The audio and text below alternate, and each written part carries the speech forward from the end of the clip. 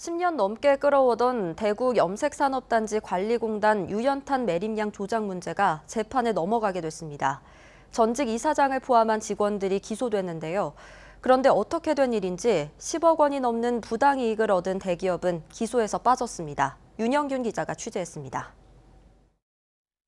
대구 염색공단이 연료용으로 사들인 유연탄 만여 톤을 쓰지도 않고 그대로 매립한 사실이 드러났습니다.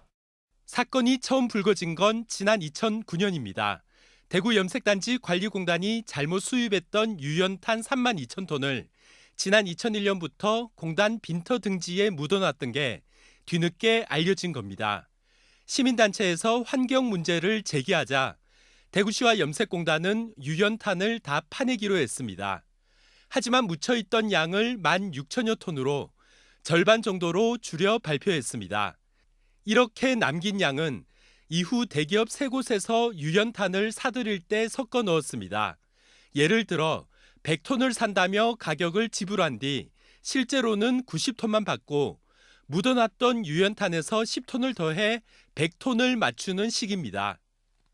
이처럼 실제로는 받지 않은 유연탄 값에다 배달하지도 않았던 운송업체에게는 운반비까지 줬던 것으로 검찰 수사 결과 드러났습니다. 검찰은 이런 식으로 전 이사장 A씨와 직원 2명이 대구 염색공단에 끼친 손해가 15억 5천만 원에 달한다고 보고 이들을 불구속 기소했습니다. 하지만 부실 기소라는 비판이 나오고 있습니다. 검찰의 기소대로라면 대구 염색공단이 본 손해 15억 원은 서류를 조작해가며 대기업의 이익으로 돌아갔지만 정작 이 돈을 받은 대기업들은 기소 대상에서 빠진 겁니다. 명확하게 공범이고 실질적인 이익을 챙겨간 것은 같은 대기업인데 여기에 대해서 기소에서 빼놓은 거는 수사가 부실했다고 하나요? 뭐 기소가 좀 부실했다고 그렇게 하나요?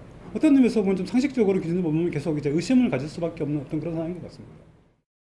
검찰은 또한 전 이사장 A씨와 이후 이사장을 맡은 B씨에 대해서는 보험업체로부터 보험을 드는 대가로 리베이트 1억 4천만 원을 받은 혐의로도 불구속 기소했습니다.